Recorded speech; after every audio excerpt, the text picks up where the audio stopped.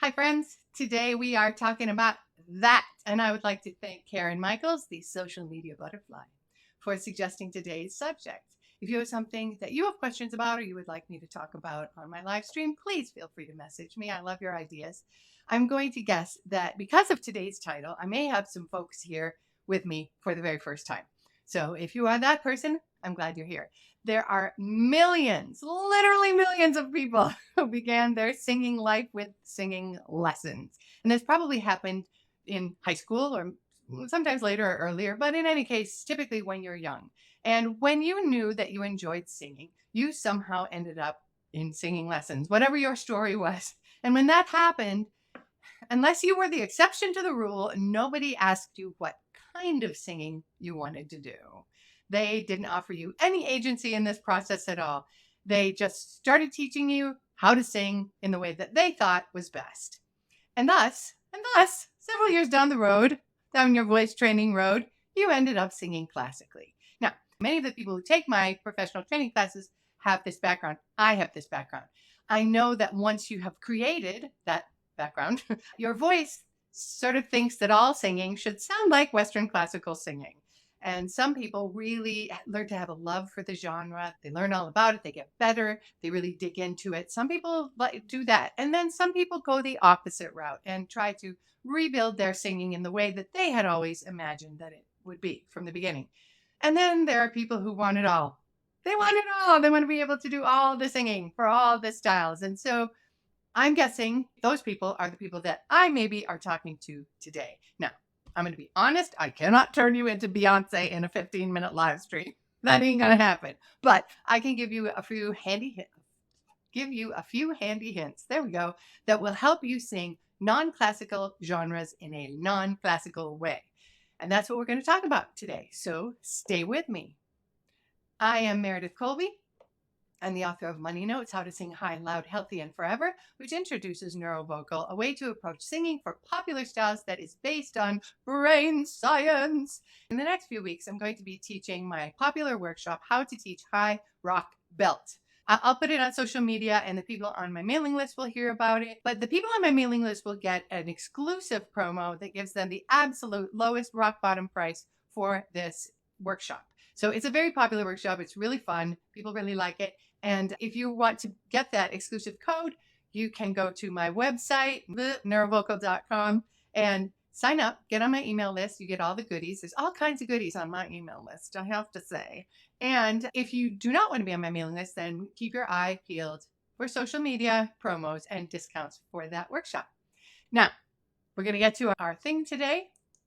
I told you today that there would be one listening thing and two singing things. So I'm not going to overwhelm you today, but these are not really necessarily small things. They're things that are going to take a little bit of attention and time from you if you want them to become easy, comfortable, familiar, all the things. You won't be able to use your genius brain to think your way into it. You'll have to actually do your way into it because that's how learning works. So the first listening thing, we have to talk about how you have been learning music, okay? The listening thing. So with the acoustic genres, and today I'm just going to refer to acoustic genres versus microphone-based genres, okay? So it's very, very big categories, kind of squishy, but that's what I'm going to say today. So for acoustic genres, we are very accustomed to learning things from printed music. Information we get from printed music is the melody and the lyric and the chords and the form, and if there's a specific piano accompaniment or other accompaniments, that's also written there as well. And so what is communicated to us as singers is that that's what's important. That's the important stuff, melody and lyric. And so we can learn the melody and the lyric in the way that it is, and that's good enough. If we are going to sing the melody and the lyric or the libretto in a classical genre, then we're going to stick to the rules of that genre. And so what that says is, if I stick to the rules of the genre, if I know the melody and the lyric, I'm good to go, which is, more or less correct. In popular styles, that's not so much the case. In popular styles, the rules are not dictated by the genre itself, okay? The rules are dictated by the singer. So this is an artist-driven or artist-centered type of singing. And so if you want to learn about how to sound like, let's say, a jazz singer, okay? if you want to learn to sing like a jazz singer, you have to listen to a lot of jazz singers. And what you're going to find is that there are certain things that many of the jazz singers or all of the jazz singers do stylistically, and certain things that only individuals do. So that's their little calling card. Now, how are you going to know? A couple things. One is you're going to listen to quite a few singers in that genre. And then second, you're going to do what I lovingly call stethoscope listening. And that means you're going to listen to a small bit of the song and you're going to listen to it over and over again with your stethoscope, because stethoscopes hear really tiny little things and you're going to listen to the tiny little things. Now, I'm going to tell you right now that if you are not accustomed to listening for tiny little stylistic things, your brain won't know how to do that. And so you will have to teach your brain how to do that. I'm going to give you an example. Well, I'm going to try to give you an example. Let's say that you are listening to me. Like, I'm not going to try to copy another singer. So you're listening to me and I'm singing Fly Me to the Moon. And the first time you listen, you hear me go, fly me to the moon and let me play among the stars. That's what you hear. Now, this is just a regular old microphone, so nothing fancy, right? So you hear what you are used to hearing, which is melody and lyric, right? That was a little low. I might take that up. So the next time you listen, you might go, this time I think I kind of heard her do a little scoopy thing in there. So I'm going to listen for scoops and I'm going to listen for fall offs. And this time when you listen, you hear this. Fly me to the moon and let me play among the stars. So you went, oh, that was not exactly the same melody I heard last time. I heard that a little bit differently. Now, at this point, you may want to stop and try to copy those little scoops and fall offs. Listen again, copy, listen again, copy. You'll start to feel it in your own voice and it'll get easier. And then you go, let's see what else is in there. Maybe there's some textures in there, because I know jazz singers love textures. And this time you hear a little breathiness. You hear a little vocal fry and you go, oh, I didn't hear that last time. This time you hear, fly me to the moon and let me play among the stars. You go, ooh, I heard a little vocal fry. I heard a little breathiness. I heard a little vibrato in there. Vibrato, which was used as an embellishment, not as part of the tone itself, right?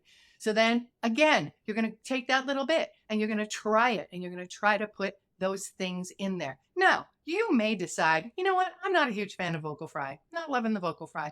Just toss it. You don't have to do that. That's okay. If that doesn't sit well with you, don't do it. But you should have a sense of how that works in the genre. Okay? So that's your stethoscope listening. And then the other thing is to singing things. I kind of gave you a singing thing, but this is another singing thing. That was supposed to be a listening thing. The first singing thing is, now buckle up, I'm going to use a scary word here, placement, okay? Now, I don't know what you call this, but all singers and all singing teachers have some way of describing, I'm just calling it placement, okay? You don't have to use that word, you can use some other word, I don't care. But it's some way of describing sort of where that tone is sitting, right? The vocal tract shaping for that individual singer. So it might be, fly me to the moon. That's not typical for a jazz thing, right? Fly. No. Fly is more typical. So you can hear, I'm going to take it from that darker thing and then move it forward. Okay? Fly. Did you hear that? Fly. And I changed my vowel a little bit, right? I changed my vocal tract shaping so that I got a more speech-like vowel. So that's something that you really are going to want to play around with, is learning to sort of feel or hear your voice in a more present, speech-like, forward kind of a way. Again, whatever language you use, I don't care.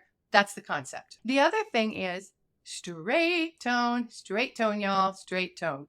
Now, straight tone can be a little bit of a tricky subject because a lot of times we don't even know when we're doing vibrato because it's just so easy and natural to us. But what I'd like you to try to do is listen or feel or both to try to learn how to do a straight tone. Now, I have a blog and a live stream all about how to do straight tone. So if you want help with that, you can go there. But you need to understand that in the popular styles, all the microphone-based styles, that straight tone is default and vibrato is the embellishment. Vibrato is an embellishment. So when you go, fly me to the moon, that's not a thing, right?